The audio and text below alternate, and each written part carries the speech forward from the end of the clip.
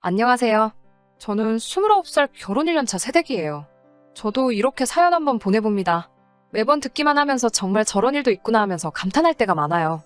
사실 제 이야기가 여기 올라온 다른 사연들에 비하면 조족지혈일 수도 있지만 그래도 나눠보고 싶은 이야기라 용기 내서 이렇게 사연 한번 적어봤어요.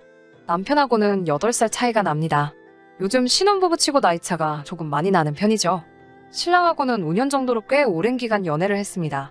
연애 초반에는 신랑의 나이가 31살로 여전히 나이 차이는 있었지만 사회적으로는 많은 편이 아니었어요. 신랑이 워낙 젊게 사는 사람이기도 하고 장난기도 많은 편이라 세대 차이 같은 거는 느껴본 적이 없어요. 그러다 보니 연애 초기에는 결혼을 전제로 만났다기보다는 그냥 서로가 좋아서 시작한 연애였습니다.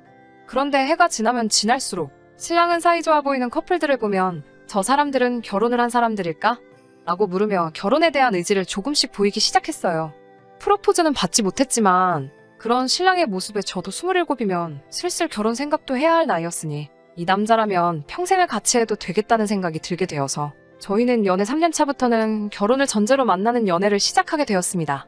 주변을 둘러봐도 신랑만한 남자가 없다고 생각하기도 했고 만나온 기간이 길어서 그랬나 정도 많이 들었으니까요. 결혼을 전제로 만남을 가지다 보니까 자연스럽게 양가 부모님하고도 얼굴을 트게 되었어요. 상견례 날이 잡히기 전까지 양가 부모님들끼리 만난 적은 없지만 신랑과 저는 양가 부모님들하고 많은 시간을 보냈어요. 친정은 지방이라 그렇게 자주 찾아뵙지는 못했지만 시댁은 비교적 가까운 곳에 위치해 있었기 때문에 그만큼 자주 찾아뵈었습니다. 신랑의 장난기를 그대로 물려주신 것만 같은 재미있고 위트 있으신 시아버지와 조용하시지만 시원시원하게 할 말 다 하시는 시어머니가 저는 정말 좋았어요. 결혼 준비를 하면서 그렇다 할 큰 문제도 없었습니다. 오히려 제 주변에서 난리였어요. 신혼집을 시댁에서 가까운 곳으로 잡게 되었거든요.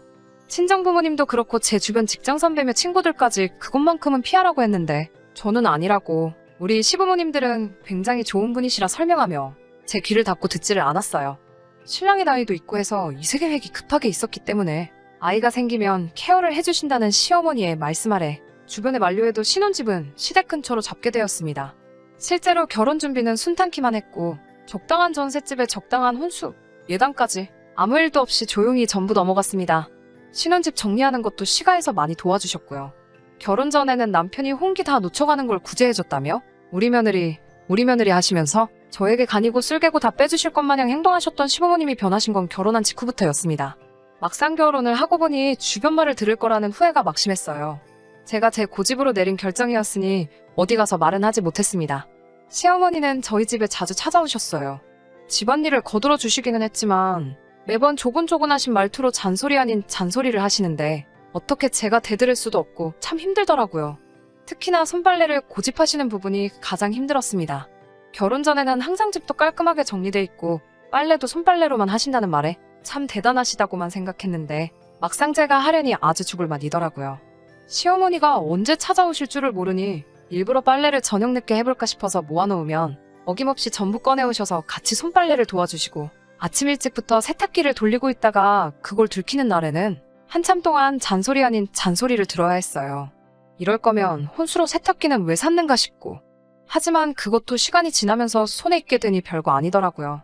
신랑이 퇴근하고 나면 양말이나 수건 같은 것들은 직접 빨라고 시키니 다음날에 빨래거리도 별로 없고 이불이라든지 큰 빨래 같은 건 일부러 하지 않고 남겨두면 시어머니가 오시는 날에는 도와주시기 때문에 오히려 그 점을 이용했어요. 하루는 욕조에서 같이 이불을 밟고 있는데 시어머니가 저에게 먼저 어떻게 너네는 올 때마다 이불 빨래가 있냐며 이제 힘들어서 이불 빨래는 못 도와주시겠다고 하더라고요. 그래서 제가 어머님 요즘 세탁기가 얼마나 잘 나오는데요. 결혼할 때 산 게 최신형 모델이라 참 좋은 거예요. 그러면 앞으로 빨래는 세탁기로 할게요.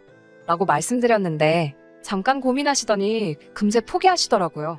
조금 마음에 안 드는 듯한 눈치셨지만 저는 이제 빨래로 스트레스 받을 일이 없어져서 너무 좋았어요. 나름대로 불편한 상황을 재치있게 넘어가고 있는 와중에 저를 가장 서운하게 만드는 것은 따로 있었어요. 시어머니가 자주 찾아오시는 만큼 저희도 시댁에 자주 방문을 했어야 했습니다. 결혼 전에는 술 드실 때마다 말씀이 많으신 데다가 재밌기까지 하셔서 그 모습이 유쾌하다고만 생각했던 시아버지의 그 모습은 변함이 없으셨어요. 단지 술 마시는 날이 너무 잦으신 게 문제였어요.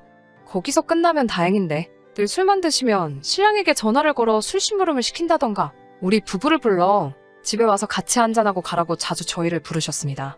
시아버지가 또 그냥은 술을 드시는 분이 아니셨기 때문에 항상 술자리는 진수성찬이었어요. 처음엔 가는 게 귀찮고 부담스러웠지만 이것도 적응이 되니까 남은 음식도 잔뜩 싸오고 그러는 김에 시가의 냉장고까지 털어서 오면서 나름대로 실속도 챙겼죠.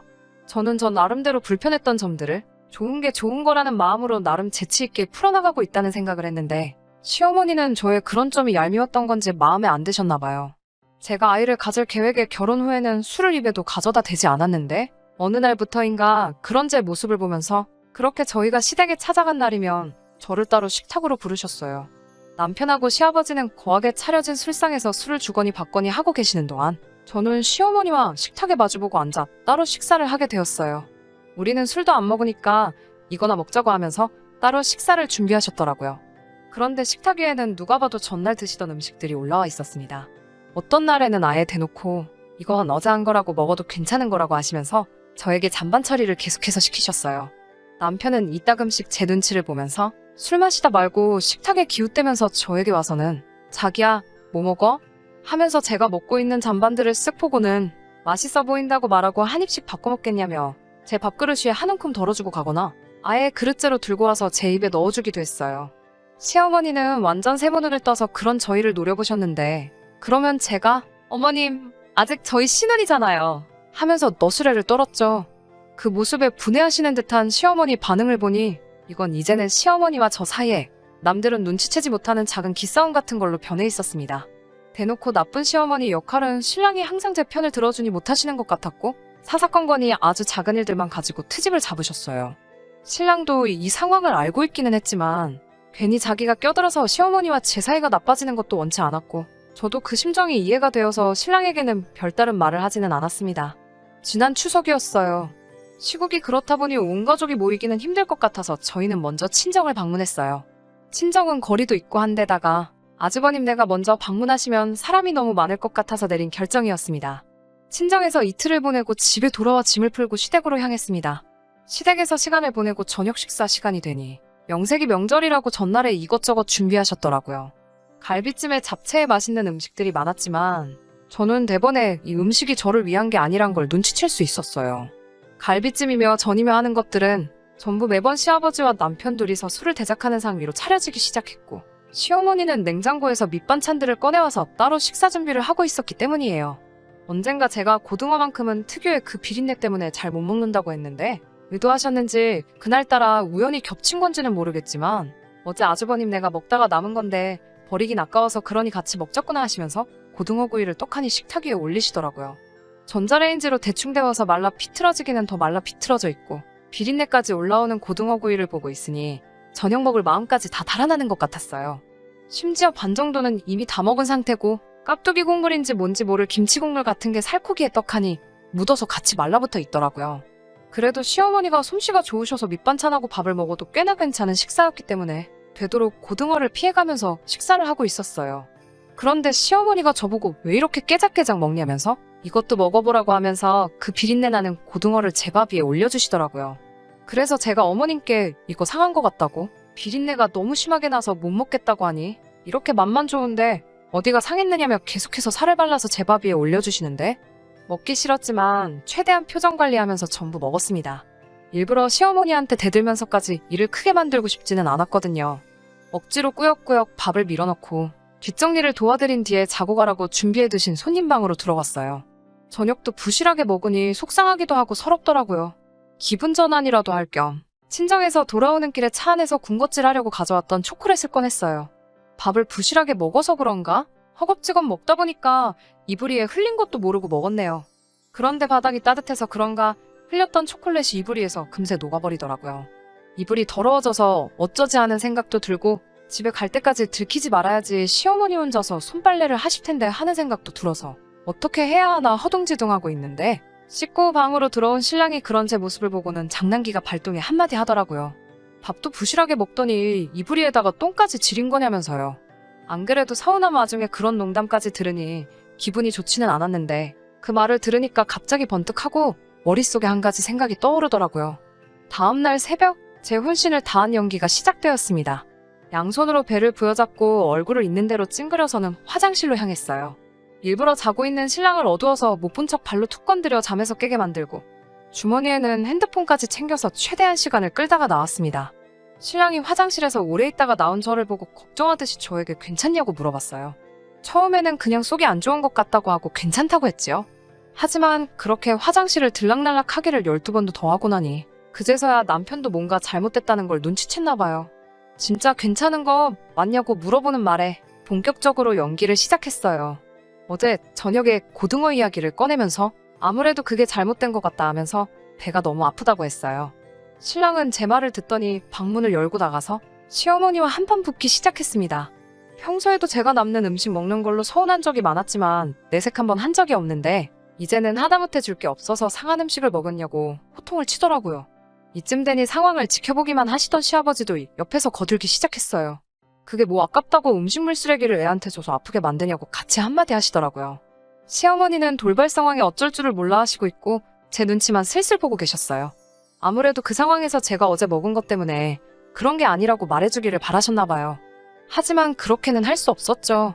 왜냐하면 전날까지 지내고 온 게 친정이었는데 친정에서 저한테 상한 음식을 먹었을 리가 없잖아요. 처음엔 연기였는데 두 사람이 갑자기 제 편이 되어서 시어머니를 몰아세우니 제가 연기에 소질이 있던 건지 아니면 그동안 쌓인 게 많았는지 거기서 갑자기 눈물이 저도 모르게 뚝뚝 떨어졌어요. 저도 입을 열어 시어머니께 어머니, 왜 저한테만 전날 먹고 남은 음식 주세요? 제가 미우세요. 저도 갈비찜 너무너무 좋아해요. 이러면서 엉엉 울었죠. 그 와중에 있지도 않고 울다 말고 화장실로 다시 달려들어갔습니다. 화장실 안에서 상황을 듣고 있자니 시어머니가 두 사람 앞에 쩔쩔매시면서 그게 잘못될 리가 없는데 하고 계시고 시아버지는 애가 저 지경이 됐는데 잘못될 리가 없긴 뭐가 없냐면서 그동안도 너무했다고 신랑이 친정 가서 잠밥 먹고 돌아오면 너는 그게 기분이 좋겠냐면서 시어머니를 계속 몰아붙이시더라고요. 신랑이 병원 데려간다고 저를 데리고 나와 차에 탔는데 병원 쪽으로 가다 말고 신랑에게 이제 좀 괜찮아진 것 같다고 집에 가서 쉬고 싶다고 하고 집에 가서 두 다리 쭉 뻗고 아주 꿀잠 잤어요. 추석 이후로는 시어머니가 집에 오신다거나 새아버지가 따로 부르신다던가 하는 일은 전혀 없었습니다. 방해받지 않고 오롯이 둘만의 시간을 보내니 이제 진짜 신혼생활을 하는 것 같고 너무 좋았습니다. 엊그저께 신정날 따로 연락은 없으셨지만 이번엔 저희가 먼저 시댁으로 찾아뵈었어요. 식사 준비도 도와드리고 저는 자연스럽게 식탁에 앉았는데 시어머니가 아가 이쪽으로 오너라 하면서 웬일로 새 음식 차려놓은 자리로 저를 부르시더라고요. 시댁 식구와 마주 앉아 밥을 먹고 있는데 시어머니께서 저에게 사과하셨어요. 사사건건이 시어머니 이겨 먹으려는 제가 괘씸해서 그랬다는 뼈있는 말을 빼놓지는 않으셨지만 자기도 말로 하면 될 것을 유치하게 먹는 것 가지고 그랬다고 저에게 먼저 사과하시더라고요. 저도 시어머니께 제가 저들였어도 됐는데 제 신보가 너무 고약했다고 같이 사과드리고 그렇게 훈훈하게 새해를 맞이했답니다. 다른 사연들을 듣다 보면 아주 집안을 풍비박산을 내버렸는데 저는 그럴 용기도 없고 애초에 그렇게 해결하고 싶지는 않았어요. 이제 화목해진 저희 가족에게 앞으로 무궁한 안녕과 번영이 있기를 기도하면서 사연 들어주신 모든 분들도 새해 복 많이 받으세요.